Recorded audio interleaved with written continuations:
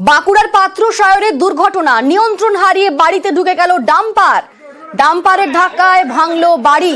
যে ছবি আপনারা দেখতে পাচ্ছেন, ডাম্পারের ধাক্কায় ভেঙে গিয়েছে বাড়ি, আর বাড়ি চাপা পড়ে আহত হয়েছেন একজন। আমাদের সঙ্গে রয়েছেন প্রতিনিধি দেবব্রত। কিভাবে ঘটলো এই দুর্ঘটনা এবং আহত যিনি হয়েছেন অর্থাৎ বাড়ির মালিক, তিনি এখন কেমন রয়েছেন?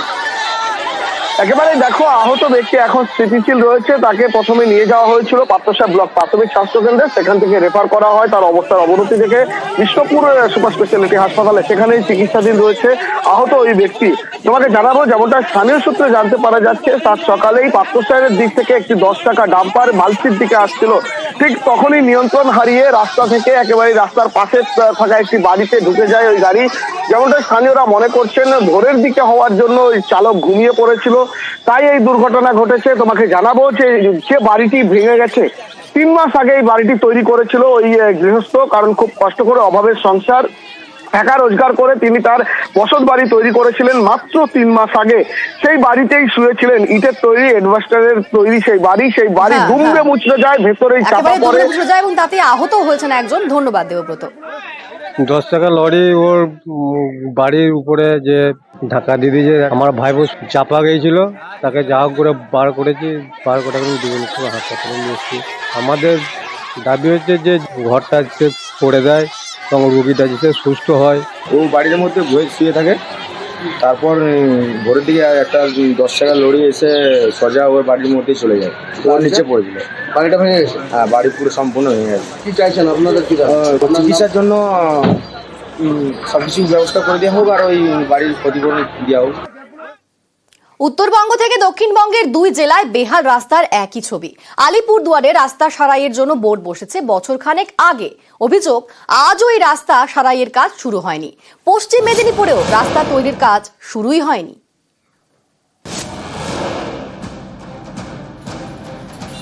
আলিপুরদুয়ারের বিবেকানন্দ 1 নম্বর পঞ্চায়েত এলাকা। এখানকার ভোলার ডাবরিতে প্রায় 4 কিলোমিটার রাস্তা। এই রাস্তাটাই বেহাল। এলাকায় রাস্তা তৈরির বোর্ড পড়েছে। সেই বোর্ডে লেখা 2024 সালের 27শে ফেব্রুয়ারি রাস্তা সারাইয়ের কাজ শুরু হওয়ার কথা। 1 বছর ঘুরে গিয়েছে। স্থানীয়দের দাবি, রাস্তার কাজ শুরুই হয়নি। এটা বিগত পঞ্চায়েত ভোটের আগে স্যাংশন করা, একটা পাথরের টুকরো পড়ে নাই। 2023-এর পর থেকে রাস্তাটা খুবই খারাপ অবস্থা। আর আপনার 2013-র পরে থেকে রাস্তার আর কোনো কাজ হয় নাই। এই রাস্তা দিয়ে হাঁটা তো যাচ্ছেই না, কোনো গাড়ি ঘোড়ায় আসতেই ভয় পায়। এই রাস্তা হচ্ছে মরণ ফাঁদ। রাস্তাটা দিয়ে যদি একটা অ্যাম্বুলেন্স যায়, ফট করে বেরোতে পারবে না, তাড়াহুড়ো করে। রাস্তাটা এত অবস্থা খারাপ। এখানে তো হলুদ লাগানো আছে, টেন্ডার হয়ে আছে। 1 বছর ধরে টেন্ডার হয়েছে। এত 1 বছর ধরে রাস্তার কোনো উদ্দেশ্য নেই। রাস্তাটি আমাদের স্যাংশন হয়ে গেছে, কাজ শুরু হবে, কিন্তু আমাদের পিএইচই ডিপার্টমেন্টের কাজ চলার জন্য আমরা কাজটি করতে পারছি না। আমাদের পিএইচির কাজটি কমপ্লিট হলে আশা করি রাস্তাটি আবার পুনরায় কাজ শুরু হবে। পথশ্রী প্রকল্পে রাস্তা তৈরির বোর্ড বসেছে এলাকায় বছরখানেক আগে, কিন্তু তাতে লেখা নেই কাজ শুরু বা শেষ হওয়ার তারিখ। পশ্চিম মেদিনীপুরের ডেবরার 5/1 নম্বর পঞ্চায়েত এলাকা। এখানে বারাগড় গ্রামে লাল মাটির রাস্তা, বেহাল রাস্তা। রাস্তা তো আমাদের খুবই প্রয়োজন, হ্যাঁ, কারণ এই রাস্তাটাতে যাওয়া আসা খুবই অসুবিধা। বর্ষাকালে তো এমন অবস্থা হয় যে হেঁটে যাওয়াও, সাইকেল নিয়ে যাওয়া খুব দুরূহ ব্যাপার। এখানে রাস্তা হওয়ার জন্য সাইনবোর্ডও লেগেছে, কিন্তু এখনো কেন হচ্ছে না বুঝতে পারছি না। বারাগড় গ্রাম থেকে ডেবরা সুপার স্পেশালিটি হাসপাতালে যাওয়ার রাস্তাই বেহাল। এখানেই কংক্রিটের রাস্তা তৈরি হওয়ার কথা।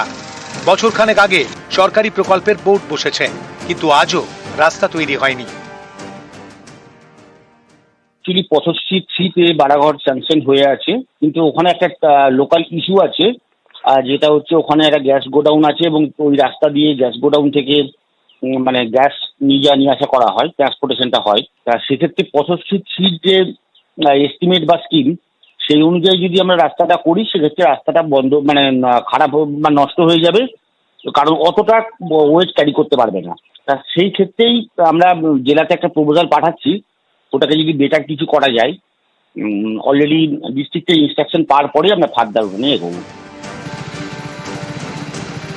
আলিপুরদুয়ার থেকে রাজকুমার কর্মকার এবং পশ্চিম মেদিনীপুর থেকে দিগ্বিজয় মাহালি, নিউজ 18 বাংলা। জলপাইগুড়ির দিকে নজর রাখতে হচ্ছে। সেখানে নদী চুরির খবর আমরা এর আগে আপনাদের দেখিয়েছি, তবে এবার জলপাইগুড়িতে খাল চুরির অভিযোগ উঠছে। জলপাইগুড়ির আদরপাড়ায় গদাধর খাল ও খালপাড়ের জমি চুরির অভিযোগ উঠছে। তবে রীতিমতো দাবাং মেজাজে খালপাড়ের জমি পুনরুদ্ধার করলেন জলপাইগুড়ি পুরসভার ভাইস চেয়ারম্যান সৈকত চট্টোপাধ্যায়। আর্থ মুভার দিয়ে সেই জমি তিনি পুনরুদ্ধার করেছেন। আমাদের সঙ্গে রয়েছেন প্রতিনিধি শান্তনু। শান্তনু, ভাইস চেয়ারম্যানের সেই দাবাং ছবি দেখে কি বলছেন স্থানীয়রা? দেখো, স্থানীয়রা কিন্তু অনেকটাই আশ্বস্ত হয়েছেন, কারণ গত কয়েকদিন ধরেই কিন্তু এই প্রবণতা চলছিল। বলা হচ্ছে যে স্থানীয় যে জমি মাফিয়া রয়েছেন তারা স্থানীয়দের সঙ্গে যোগসাজশ করেই কিন্তু একরের পর একর জমি কিন্তু দখল করছিলেন, যার মধ্যে খালের জমি যেমন রয়েছে, পাশাপাশি সরকারি জমি এবং সরকারি যে খাস জমিগুলো রয়েছে সেগুলো দখলদারি চলছিল। কিন্তু সাহস করে কিন্তু কেউ তাদের বিরুদ্ধে প্রতিরোধ করতে পারছিলেন না বা প্রতিবাদ করতে পারছিলেন না। সেক্ষেত্রে প্রশাসক হিসাবে ভাইস চেয়ারম্যানের কাছে খবর যাওয়ার পর কিন্তু তিনি যে ভূমিকা দেখালেন তাতে কিন্তু অনেকটাই সন্তুষ্ট এলাকার বাসিন্দারা। তাদের বক্তব্য যে সরকারি জমি, খাস জমি, এমনকি খাল চুরি হয়ে গেলে পরে যে সমস্যা তৈরি হতো আগামী বর্ষায়, সেই সমস্যা অনেকটাই মুক্ত হলো। কারণ তিনি শুধু জমি পুনরুদ্ধার করলেন না, যে খাল যেখান থেকে খাল বন্ধ করে যে জমিটা অতিরিক্ত বের করার চেষ্টা করছিলেন মাফিয়ারা, সেই খালও কিন্তু তিনি পুনরায় সেই খালের থেকে মাটি এবং সুরকি যেগুলো ফেলে দেওয়া হয়েছিল সেগুলো পরিষ্কার করে দিলেন। তার ফলে খালটা কিন্তু আবার সচল হলো। ধন্যবাদ শান্তনু।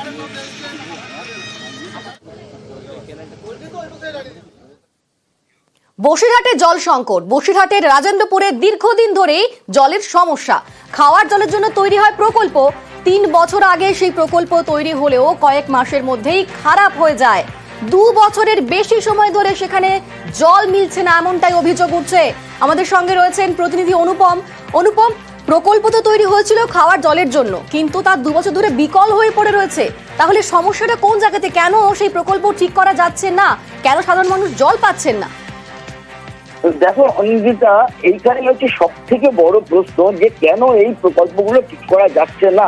তার কারণ এলাকার মানুষের, কয়েক হাজার মানুষের সমস্যার কথা মাথায় রেখে রাজ্য সরকার কিন্তু এই যে জলের প্রকল্পগুলো তৈরি করেছিল যাতে গ্রামের মানুষ পরিশুদ্ধ পানীয় জল পান করতে পারে, পরিশুদ্ধ পানীয় জল খেতে পারে, এবং সেই কথা মাথায় রেখে কিন্তু একাধিক প্রায় এই যে রাজেন্দ্রপুর পঞ্চায়েত জুড়ে কিন্তু প্রায় 16 থেকে 17টা এইরকম ছোট ছোট এইসব জলের প্রকল্প তারা বসিয়েছিল।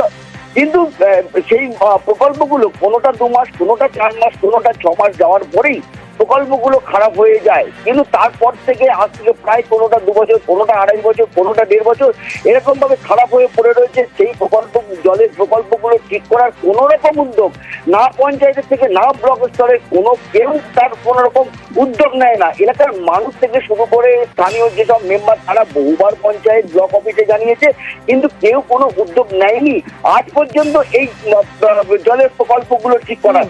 এলাকার মানুষের কিন্তু যে সমস্যা, সেই সমস্যায় কিন্তু এখনো পড়ে আছে। বহু দূর দূরান্ত থেকে আর্সেনিক যুক্ত, আয়রন যুক্ত জল কিন্তু তাদের পরিচয় করে পাশে করে কিন্তু সকালবেলায় জল নিয়ে একেবারে যিনি তারা কি ক্ষুব্ধ হয়েছেন। ধন্যবাদ।